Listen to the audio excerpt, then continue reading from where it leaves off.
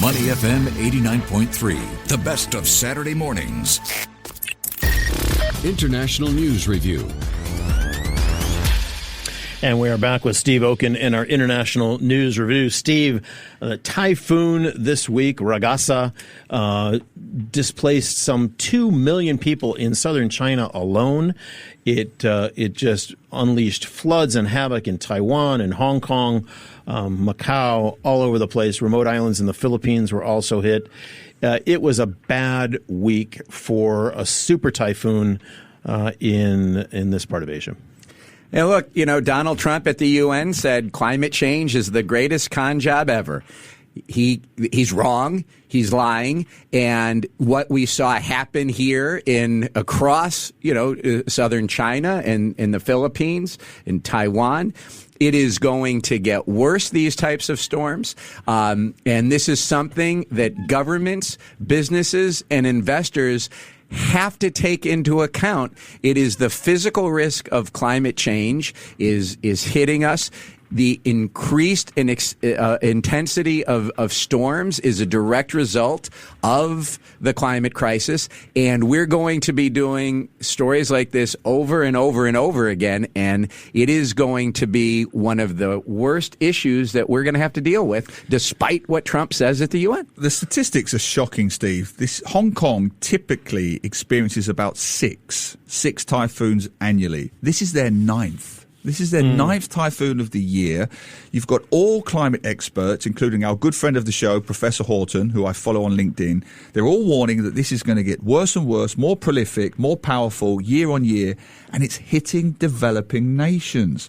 Manila being the obvious one, Philippines and so on. They're saying they're going to have to change building codes, building regulations, but they can't, can they? They don't have the infrastructure, the money to do this in some places.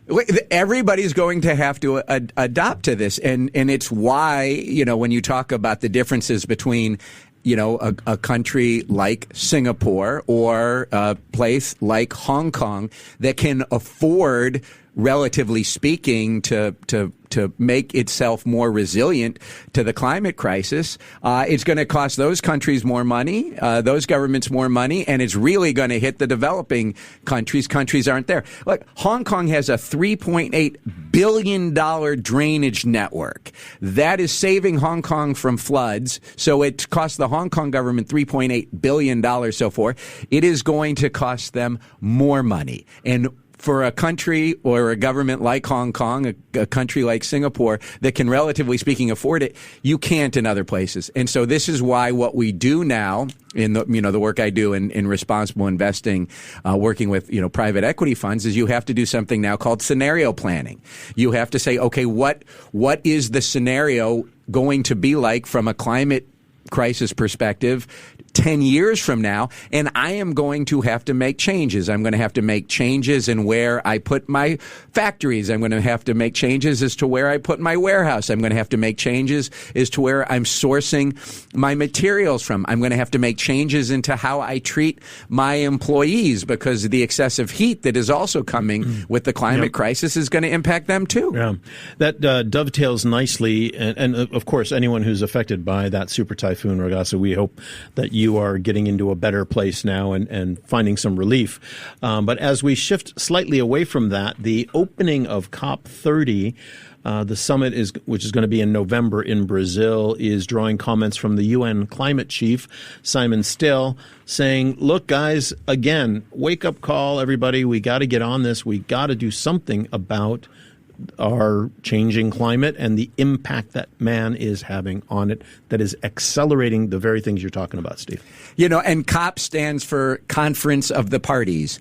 And which party is not going to be at COP this year? At the conference? The United States government is officially not participating in COP because President Trump once again withdrew from the Paris Agreement. Now, what this means is that while the U.S. government won't be there, doesn't mean the climate crisis is going away. Of course, it's only going to get worse, and it means we are all going to have to do more. And so while the federal government won't be there, United States. States will be there, cities will be there, businesses will be there, because we have to remain involved, and other countries are going to have the attitude that we have to do more, because one of the responses you may see is, well, if the United States isn't involved, the United States is the wealthiest country. The United States and China are obviously the two largest emitters.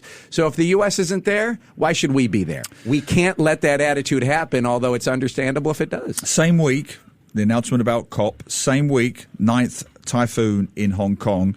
President Donald Trump said, and I quote directly, climate change is the greatest con job in the world. This was during his address to the United Nations General Assembly on Tuesday, literally while the typhoon was happening.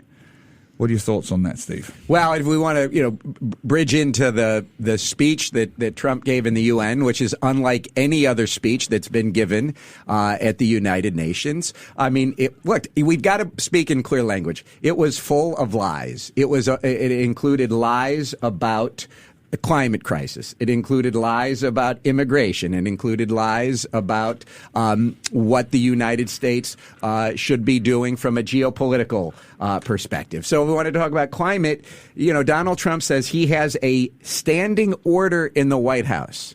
You are never allowed to use the word coal. You can only use the word clean, beautiful coal. So that is where the official position is of the United States on coal. Is that a real thing? That is his standing order in the White House. Yes. Neil's speechless. It's not for often a I'm change. speechless, but I'm a little bit speechless. We've done it. On that. We've finally done it. Yeah. Neil is speechless. Clean, beautiful coal. But Steve, this is the notwithstanding his internal policies in the White House, this is really shaking European officials. They are very concerned. I was talking to a good friend of ours of the show, Dane Chamorro, yesterday, and they, companies, governments, everybody is wondering, how the heck do we ever trust America again on anything? Because with all of the changes between presidencies and now with all of the things that Trump is saying, our former allies, maybe they're still current allies, but our allies are just not confident in the U.S. of today and tomorrow. And look, and you can see how this is playing out in Singapore. So when Donald Trump was at the UN, he said that he is the president of peace. And he said he ended 7 wars in just 7 months. One of the wars he said he ended was Israel and Iran. Now, maybe you could say he ended the Israel and Iran war because the United States bombed Iran. So kind of hard to say you are the president of peace when you achieve peace through bombing of a country. We're not quite sure it's over yet either, but that's a whole other story. True. Yeah. But what happened, so the White House puts out on social media this claim that he is the president of peace. And then the U.S. Embassy in Singapore reposts that on the U.S. Embassy in Singapore Facebook page. And let's just take a look at the reaction here in Singapore to the U.S. Embassy's reposting. Normally, when the U.S. Embassy reposts something from the White House, they could get, one interaction. Maybe they get 2. I looked up the last 6. The most they ever got was 118, and that was a real outlier. It was usually a handful, maybe a couple dozen. This one got 890 reactions. Wow. 27 were the heart emoji. 322 were the thumbs up emoji, and 520 of the 890 were the laughing emoji. People here are laughing at the United States when it comes to statements like this. And this is really hitting the United States when it comes, and not just the government, but it hits us in terms of businesses, as in investors, as Americans. It takes away the soft power that the United States always had, and it is now really much a detriment to them. Companies are downplaying that they are American, and you see this on the reaction of the Facebook post here. And so I urge you all to go to the U.S. Embassy Singapore page and go through the comments, and you can see the 335 comments that are there, how this is making the United States look. Well, some are saying that post from the U.S. Embassy embassy in Singapore is providing better comedy than Pete Davidson last night. So, it's a win-win. But on that point, serious point, soft power. We know that ambassadors, high commissioners in Singapore, their primary role is soft power.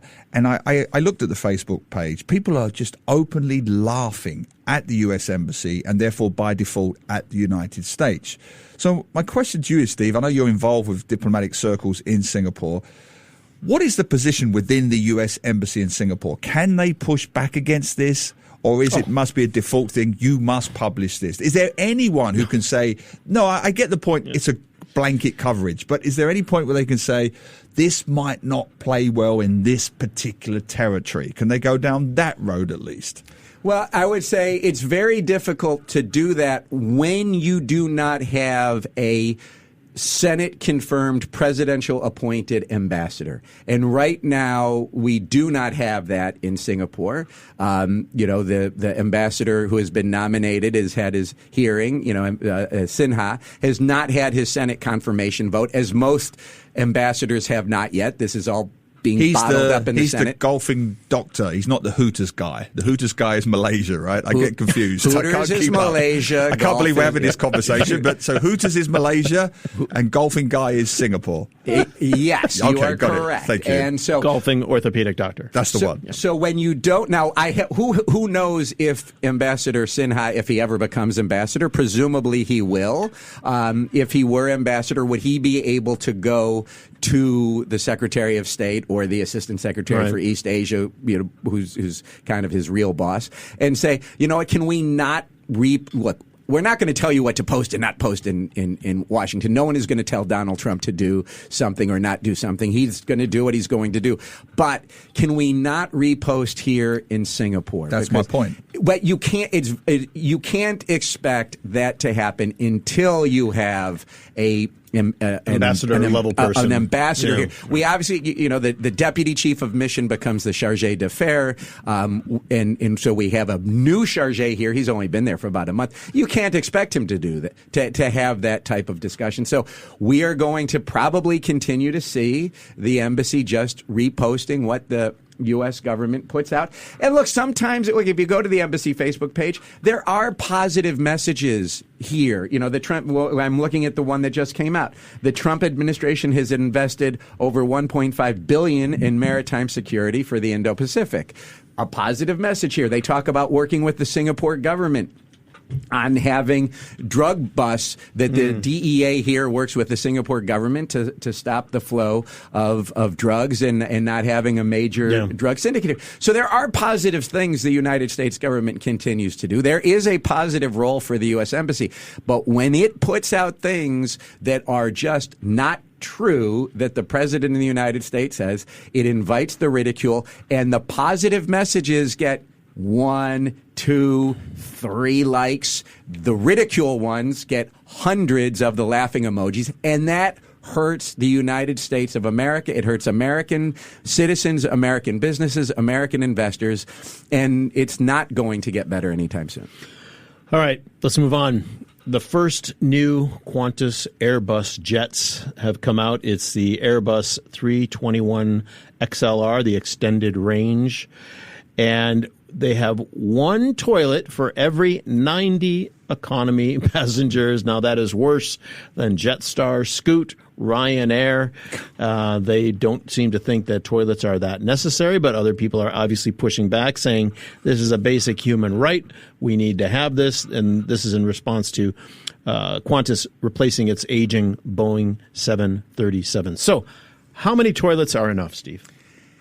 And I'm going to take a step back, put on my U.S. government regulator hat that I wore a long time ago, and I'm going to sound, unfortunately, in some people may say, you sound a lot like Neil Humphreys here, but Neil and I are going to completely agree on this. when the market works, when there's fair competition, you don't need the government to step in, right? Let the market work, and market forces will decide what is the right thing to do from a service perspective. Okay, yep. There is a market failure here, and when the market doesn't work, the government needs to step in and regulate. And aviation in particular is where the market often does not work. And in this instance, when you have very few manufacturers, so you have almost no competition when it comes to manufacturing, you have a couple, and that's about it. And when you have national champion airlines that can pretty much dictate what you are going to have from a service offering perspective, you get something like this, where an airline says, I'm not going to have 90, I'm going to have the seats for 90 people and only one toilet for each of those 90. That's ridiculous. The government should be stepping in here and regulating. And there should be a regulation that says there is a minimum number of toilets per seat. Is there? Does such regulation exist in aviation? There's a lot of aviation regulation when it comes to safety. And I'll just speak from a United States perspective. Of course, we don't let the airlines decide what to do in terms of safety. We also don't let the airlines decide what to do in terms of certain things when it comes to advertising. There can't be false advertising. The government will say you can or can't do this.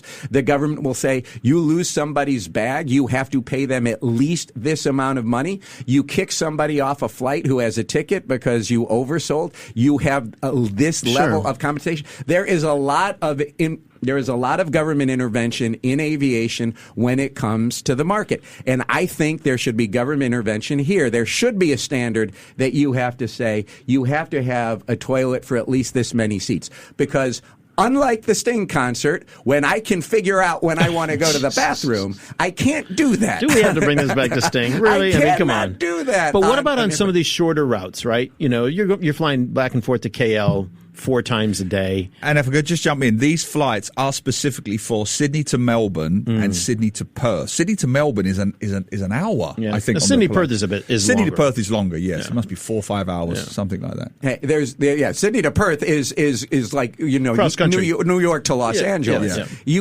There should be a minimum standard. Now, look, if the airlines want to, and the airlines compete on this, because on those very flights, the ratio of business class to toilets is 20 seats to 1. Yet when it comes to the places where Neil sits, the back of the bus, that's 90 to 1. It is not fair. I actually take pride in what you're saying. You may think that's an insult, but I actually take great pride in. You're the one who looks like a snob, Steve. I'm saying this because I am on the side of Neil Joe Lunchbox on this one. Don't put Neil and make him get in line behind 89 other people. Well, and the other thing is they don't want you standing in the aisles, right? You can't, because most of this particular aircraft is a single aisle aircraft. So they're trying to do food service and drinks, and because of safety, especially in the U.S., you are not allowed to hang out by the bathrooms and all that. And to your point, climate change is supposed to be having an impact on turbulence. We saw the thing with the SQ. Turbulence is increasing. You're supposed to sit down at all times. But we all know before landing, you can get a queue of 10, 12 people down the aisle for the toilet. Yeah. So Glenn's point is valid. That is serious, Steve. If you've got, let me just check the numbers, 2 toilets for 180 economy seats, basic maths tells you you're going to have a queue of 15, 20 people for each toilet, aren't you? No, it's not safe. It's not safe. It's the airlines. Look, the airlines are trying to make as much money as possible. I get that. The airlines are they're going to cram more and more seats in. The airlines are saying you want to have a bag, you're now going to have to pay for it. You want to sit in a better seat, you have to pay for it. They're finding every possible way to make as much money as possible. And in some of those ways, then you do kind of say, look, you're not going to micromanage them. They are a business. And you do let them do certain things when it comes to pricing and when it comes to service. But this is different. This is I think this is not a service issue as you make the point. It's a security issue. It's a safety issue. And if I'm a government regulator, I'm going to come in and I'm going to say, no, we're going to step in. We are not going. You want to cheap out in say, bring your own food onto planes, fine. You want to cheap out and say, bring your own, we'll give you a tiny cup of water, but you should be bringing your own water onto planes. Okay, we'll go with that. If we want to charge you for every bag and we're not going to let you put anything into the overhead bin, fine. But you got to draw the line somewhere, and I would say as a government regulator, I'm drawing the line here, and I'm going to say that there has to be some minimum number of toilets per seat. But you say it's a market failure. Will market forces dictate? If I'm a Steve Okin and I need lots of pee breaks, I'll just go with a different airline. No, but you don't know that when you're booking it. No, but that's true. That's true. But that's true. They will now. This has gone viral. But there aren't different. This is in certain sectors, people are so dominant on that. So you have to say that there are some sectors you don't have much of a choice. Yeah, Qantas dominates domestic airlines, which is why this is where I'm saying the market doesn't work. If you don't have to dictate. I mean, the United States in 1978, under President Carter, when we said we're going to deregulate the airlines, we used to be able to say how much you could charge per flight. So deregulation works, but it doesn't mean it's absolute. And I would say come back in and regulate. 2 quick comments from Athanasios, who's listening in Australia. Number one, the US Embassy in Australia is more careful about what it posts. Seems Singapore is an outlier. Interesting point. Number two, the moment someone has a bathroom accident on board, they will rectify the toilet numbers. Steve. I don't know they can, though. Once they've designed the aircraft, it's hard to go back in and take out seats and put in a bathroom, I think, isn't it? I mean, the airlines will come up with a simple solution. Ian's got the solution. He says Qantas will provide empty bottles and diapers. Ian took my line. My line was going to be the simple solution is depends. You're going to hand out depends to people like senior citizens who will go unnamed in the studio. Now, I wish the government would get involved in the seat size, the size and the distance between the seats. That to me is actually as pressing or more than as human beings are getting bigger anyway. Oh my gosh, across the world, it's impossible to get in and out of some of those seats now. And you can't put the tray down. Anyway, we got to go. You almost have to be a Thornton Mellon to get in and out of these seats now. You're going to go with 1990s U.S. movie. You brought it up in the opening. You brought it up, not me. All right. Thank you, Steve. Next week. We'll see you then. See you then. Money